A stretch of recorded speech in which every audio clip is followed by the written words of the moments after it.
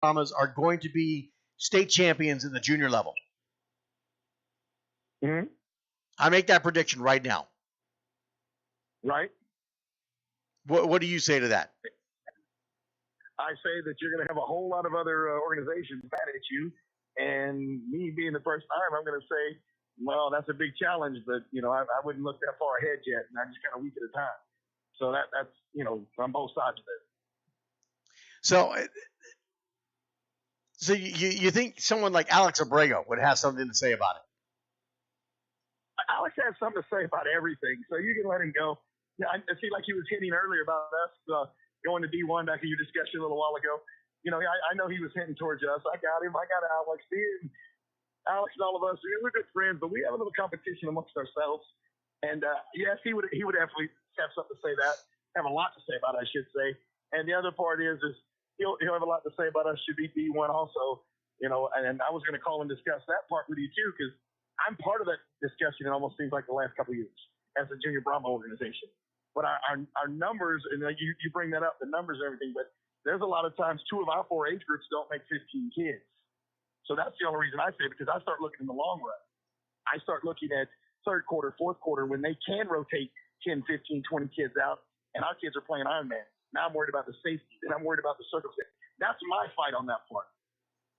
So on that part, if I get the numbers, win or lose, we'll play D1. Okay, so let me ask you this. If you only got 12, 13, 14 kids on your sideline, but yet you still go 9-0 in the regular season, mm-hmm. Why then should you still not move up to Division I? I understand that. And in fact, if we go 9-0 with the 14 kids, or we go 9-0 with 2 or 3 of our age groups, then there should be no discussion. But in my case, I think I may have a 7-1 team and 2 or 3 500 or below teams. But there are Division I teams right now that compete in D1. Mm-hmm. They stay in D1, and most times only have 13, 14, 15 kids on the sidelines.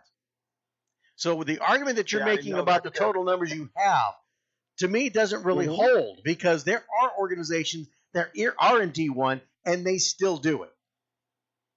Correct.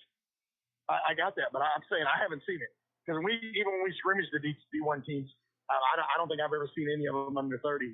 I don't think I've ever seen an age group where we scrimmage them, they're under 30 kids, if not over 30, every age group. I mean, the flaggers are maybe a different cast, but tackle. So then what you're saying is you just need to work on your numbers.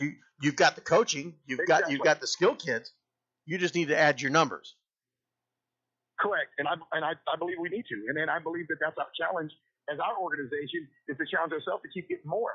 I mean, I don't think we'll have to look at the numbers, but I don't think I'm at a total of the 4 teams. I think I'm at 80 something total. Flag, Titans, rookies, and the rookies are the bigger. They're 30 something. I'm at 80. So our flag's actually getting bigger than it's ever been. So this year, if your organization, as a whole, does better than, say, 75% of your games, you win 75% of your games, should the Brahmas be moved to Division I? Yes. And you wouldn't fight that? 75%? No way. I mean, if we're at 75%, that's way up there. Then there's a reason. But when you're at 54% or 56%, because you had one team that went 4-4 and another team that went 7-1, so your average looks higher. Do you see what I mean? I mean, if we have 75% throughout 4 teams, then maybe we need to look at that circumstance. Well, I'll tell you, there are you're saying your numbers is the biggest issue, but there are Division I teams that I've seen, and I know others have played against, where they've had 1 or 2 kids on the sidelines while the rest are on the field, and they're still competing. Well, my hat's off to them, because I mean, I don't know, maybe it's just my experience from back with this, but I mean, I've seen it when we're in a game, we're doing well with our 13, 14 kids, and then we hit that second level of the third or fourth quarter, and they're replacing the whole backfields and whole line, and you can see the attrition go, and all of a sudden, here comes an injury. And maybe that's because it happened to me that way, and it's happened to me that way with the Brahmas, especially when we first started out, that, then we look at the training and everything else we're going through from there and pick it up, get better. But that's where it seems to me where the difference comes in. Maybe it's looking at safety stuff. Well, Ray, we got game day coming up for you this weekend. We're going to be in San Antonio Saturday for your matchup against the True Blue. Tell everybody what's going to be going on this weekend. Well, the blessing of it is our first home game. Kenny, thank you for coming out and Typer Radio. We're going to have some representatives from our country radio station, Y100, who sponsor the Brahmas. If everybody knows that someone actually stole our trailer with everything in it. We've been blessed. We've been looked upon and gifted with many, many things replaced, ready to go. The field will be ready. The teams will be ready. We talked to True Blue already. It looks like the weather's even giving us a little break and getting ready for it. We're going to have people down there from a TV station, Channel 4. We're going to have the folks that actually donated things like the trailer and other things to us. We're going to be there, and throughout the day, we're going to actually be giving things out, giving out, thank yous, and we've got plenty of personal cards and a lot of things going for it that we're going to, we're going to be having some activities there that are giving back to what's been given to us and thanking people that has helped us. And that's going to go all the way through to the next week, even if we're on a visitor. We're going to have people stopping in there, and we're going to be giving them the respects back. And we also want to put our hands out starting Saturday. If any organization needs help, we want to step up and help them too, because we're in the process of our small board getting together and doing a Brahma Give Back Day every year because of what's happening, the way the communities come together to support us. Well, that sounds great. Where's the games being played at? They're being played at Lady Bird Johnson Park, which is 10700 Nacogdoches Road, San Antonio, Texas. And what time is the first game? First game's going to be 9 o'clock. The Flyers are started off, and then we'll go 10:30 for the Tykes, 12:30 for the rookies, and 2:30 for the juniors. All right, so full slate of games. You'll catch those games live and all the activities going on live here on Typer Radio Game Day. And, of course, at every game that we do, the Typer Radio Player of the Game Award is open. Some player on either team will be winning the Typer Radio Player of the Game Award, sponsored by Game Breaker. Hey, Ray, thanks for calling in. Thank you, sir, for allowing me. No problem. Keep it here. We'll be right back here on Typer Radio. When we come back, we're going to hit up that junior division and let you know their scores and their current standings when we come back here on Typer Radio. Keep it here. We'll be right back. You're listening to Typer Radio, part of the Typer Sports Network. In an effort to recognize scholastic excellence, Typer created the Scholastic Awards program. The Sean Anthony Richardson Academic Excellence Team was established after 8-year-old Sean, who played for the league in 2003 in the rookie division, tragically passed away on January 1st of 2004 in a vehicle accident. His parents were longtime friends of the Tyfa founders. The winners of this award will receive $100, a certificate of accomplishment, and a congratulatory letter from Tyfa. In addition, the winners' names will be placed on the Tyfa website in the Hall of Fame. Those that qualify but do not win will receive a congratulatory letter from Tyfa as an honorable mention. To qualify, a child must be ages 8 to 13 for football players and 8 to 15 for cheerleaders as of August 1st of the current year. They must have a 98% or better GPA, be participating in the rookie, junior, or senior levels, and meet all other requirements set forth in the rules. If one or more of your players or cheerleaders qualify, send their information with supporting info to helpdesk@tyfa.com. That's helpdesk@tyfa.com. The Sean Anthony Richardson Academic Excellence Team, awarding excellence in the classroom. It's the 2018 Tyfa State Cheer Competition, November 3rd at the Bell County Expo Center. Cheer squads from all over Tyfa will converge and compete for the right to be crowned champions. Who will be this year's grand champion? Come out and support your cheerleaders as they cheer, stunt, and dance their way to a title. And hey, don't forget the Parents Team Competition. It's the 2018 Tyfa State Cheer Competition at the Bell County Expo Center, Saturday, November 3rd. Come get your cheer on. It's a cheer thing. Points, cash, gear, sports. With a Dick's Scorecard, you earn points on all your purchases and get 3% back in rewards and access to exclusive deals and events. It's simple.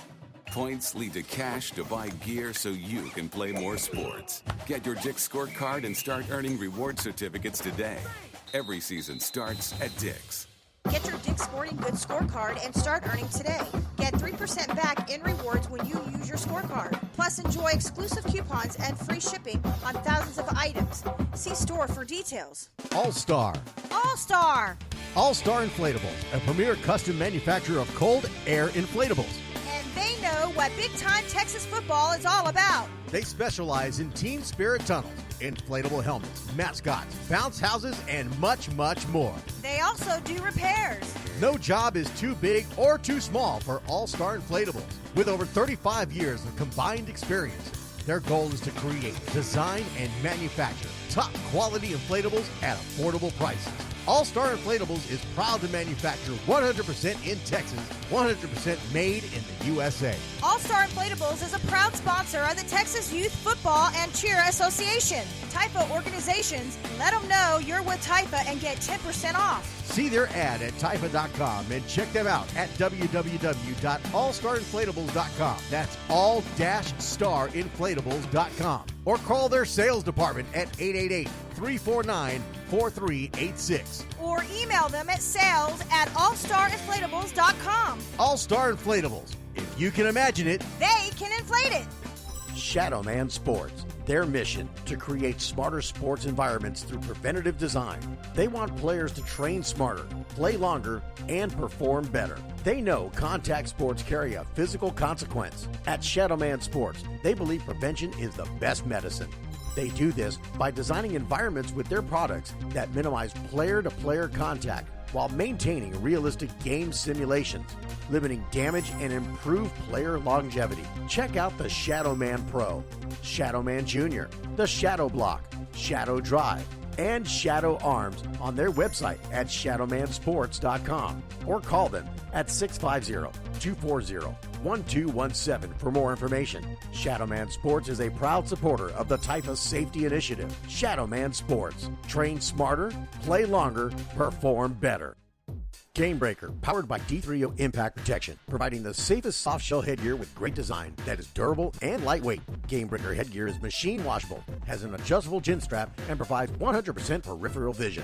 Game Breaker headgear is available in 11 different color options, all of which can be completely customized with heat-transferred logos made on demand in San Antonio, Texas. Game Breaker is a proud partner of the TIFA Safety Initiative and sponsor of the TIFA Radio Player of the Game Award. Make Game Breaker a part of your team's efforts to ensure safer play. Go to GameBreaker.com or call Daniel Moreno at 210-373-7840. Check them out and order yours today. Game Breaker. Protect the player, protect the game. You're listening to TIFA Radio.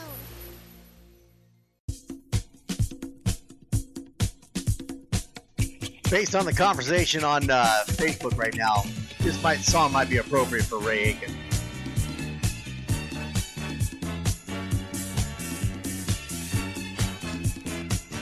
Welcome back to TIFA Radio, The Zone, every Wednesday starting at 8 p.m.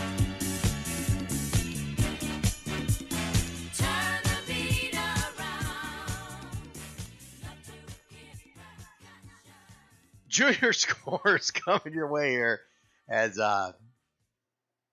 we're just gonna leave that subject alone. Ray Aiken blowing kisses. Wow. Interesting. The accusations being made by Alex Abrego right now over Ray Aiken. Just too much. Too much.